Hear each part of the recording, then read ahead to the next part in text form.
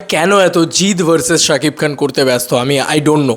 আমি একটা কন্টেন্ট মাথায় এলো, এটা আমার মনে হলো যে এটা নিয়ে কথা বলা উচিত। Y Jeet versus Shakib Khan?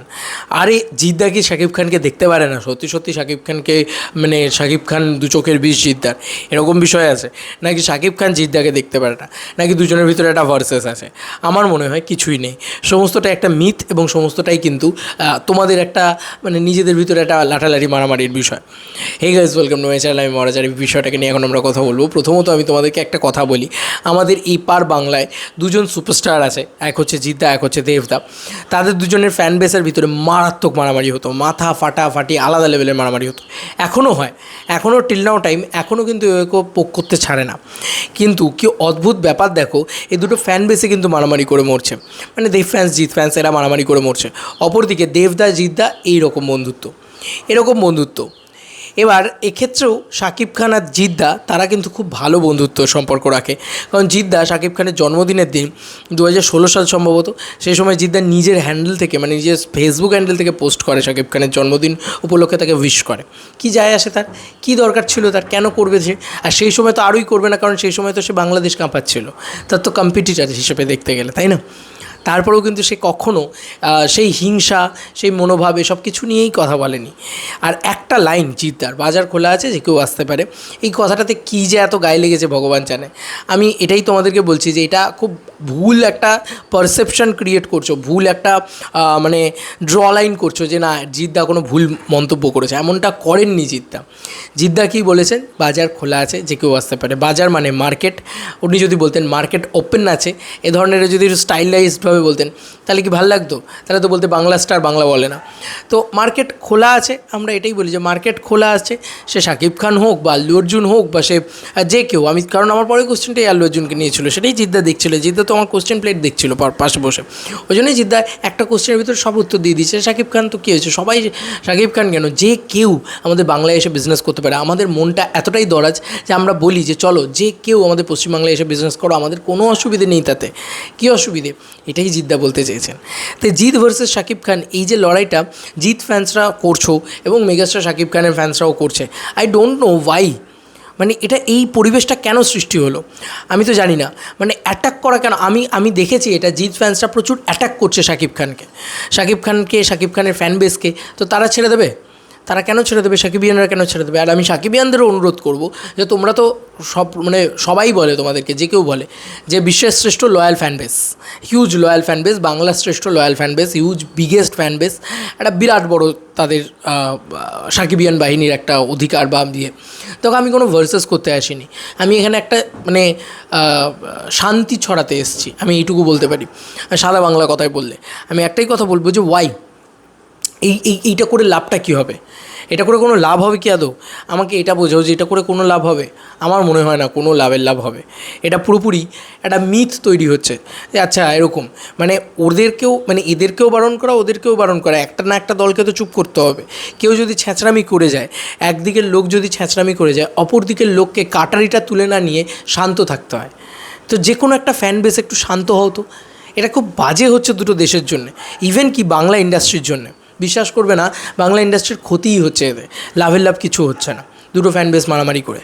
এবং এই যে রায়ান রাফির খবরটা, এটাকে এত নোংরাভাবে প্রেজেন্ট করা হলো যে রায়ান রাফি একজন এলিট ডিরেক্টর এবং জিদ্দা তার কাছে হাত জোড় করছেন। বিশ্বাস করো বন্ধুরা, এ ধরনের কোনো জিনিস কিন্তু হয়নি এবং এইভাবে তোমরা পোর্ট্রেয়ালও দিও না, এটা খুব খারাপ। অ্যাকচুয়ালি এটা খুব খারাপ। জিদ্দা এমন কোনো মন্তব্য করেননি যেটা খুব খারাপভাবে বলেছেন, তাই না? এবং শাকিব খানও এমন কোনো মন্তব্য করেননি জিদ্দাকে নিয়ে যেটা খারাপ। জিৎ ফ্যান্সরা প্রথম দিন থেকে আমি দেখছি শাকিব খানকে মেনে নিতে পারছে না।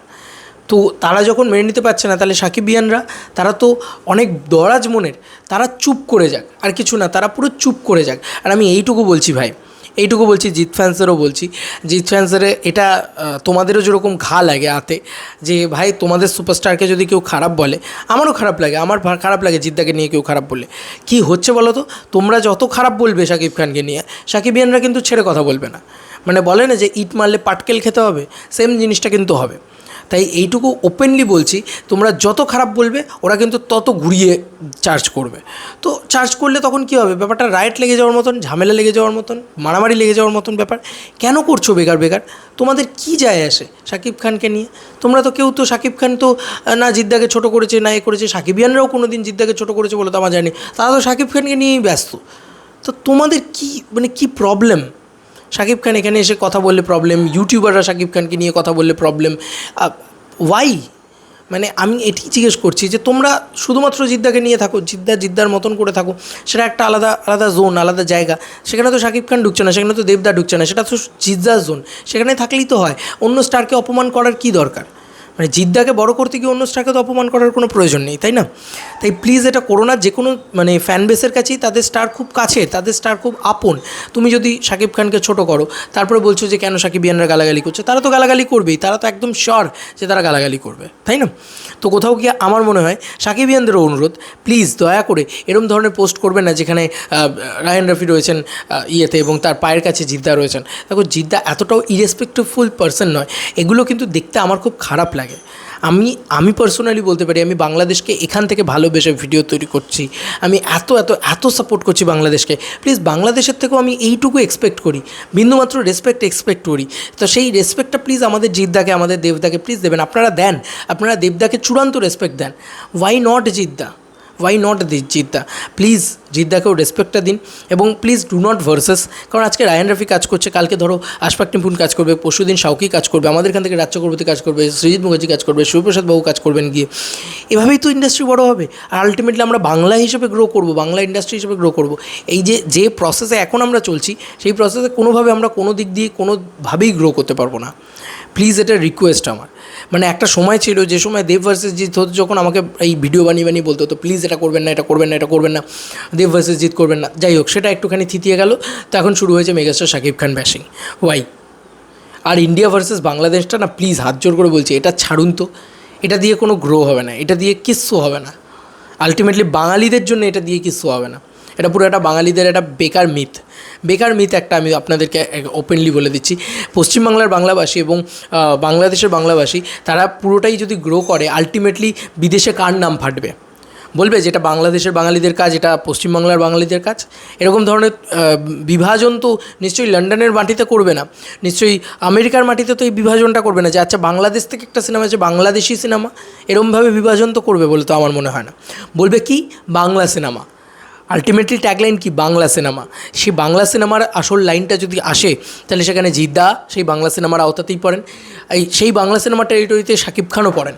তো আলটিমেটলি এই ভার্সেসটা করে কোনো লাভের লাভ হবে না। যদি আমরা একসাথে আস্তে আস্তে গ্রো করতে থাকি, তা আলটিমেটলি বাংলা ভাষাটা গ্রো করবে, বাংলা সিনেমাটা গ্রো করবে এবং দিনের শেষে জিদ্দা, দেবদা, শাকিব খান এরা সবাই মিলে পরিচিত হবে বিদেশ। হ্যাঁ, অবশ্যই শাকিব খান এখন অনেকটা এগিয়ে রয়েছেন, অনেকটা অন্যভাবে এগিয়ে রয়েছেন, উনি একটা দেশের সুপারস্টার, সেটার দিক দিয়ে উনি এগিয়ে রয়েছেন। সেটাকে অ্যাপ্রিসিয়েট করো না, সেটাকে ভার্সেস করে বা সেটাকে করে যে কেন এগিয়ে রয়েছে ওয়াই? সেটাকে অ্যাপ্রিসিয়েট করো এবং তার সঙ্গে সঙ্গে চেষ্টা করতে হবে আমাদেরকেও। জিদ্দাও নানান রকমভাবে ট্রাই করছেন, সেগুলো করে সেও একটা ওপরে উঠছে। কারোর সাথে কারোর তুলনা হয় না। আমার মনে হয় শাকিব খানের সাথে এখন আর কারোর তুলনা হয় না, জিদ্দার সাথেও কারোর তুলনা হয় না। যে যার নিজের জায়গায় বেস্ট। আমার এটা পার্সোনাল ওপিনিয়ন, পার্সোনাল ধারণা, আমার তোমাদের সেটা শেয়ার করলাম। Please do not versus. আমি জানি না, মানে আমার তো বলার কাজ বললাম, আবার কালকে দেখবো সেম জিনিসটাই হচ্ছে, সেম নোংরামিটাই হচ্ছে।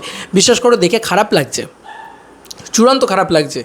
আমি একজন ইন্ডিয়ান হয়ে আমার সেটা খারাপ লাগছে, আমি একজন জিদ্দার ফ্যান হয়ে আমার প্রচণ্ড খারাপ লাগছে এই ধরনের উল্টোপাল্টা পোস্ট দেখলে।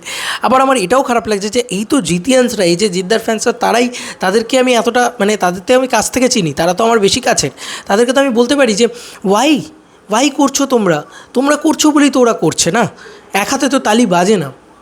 দেখতে খারাপ লাগছে। প্লিজ তোমরা যত করবে তত কিন্তু জিদ্দাকেই অপমান করবে, আর সেটা কিন্তু ওভারঅল ওয়ার্ল্ড ওয়াইডে যদি দেখি আমরা, খুব খারাপ লাগছে। একটা বাংলাদেশ থেকে শুধু জিদ্দাকে অপমান করা হচ্ছে। এগুলো তোমরা করছো বলেই হচ্ছে। আরও তোমরা চুপ করে যাও, দেখবে কেউ কিছু করবে না।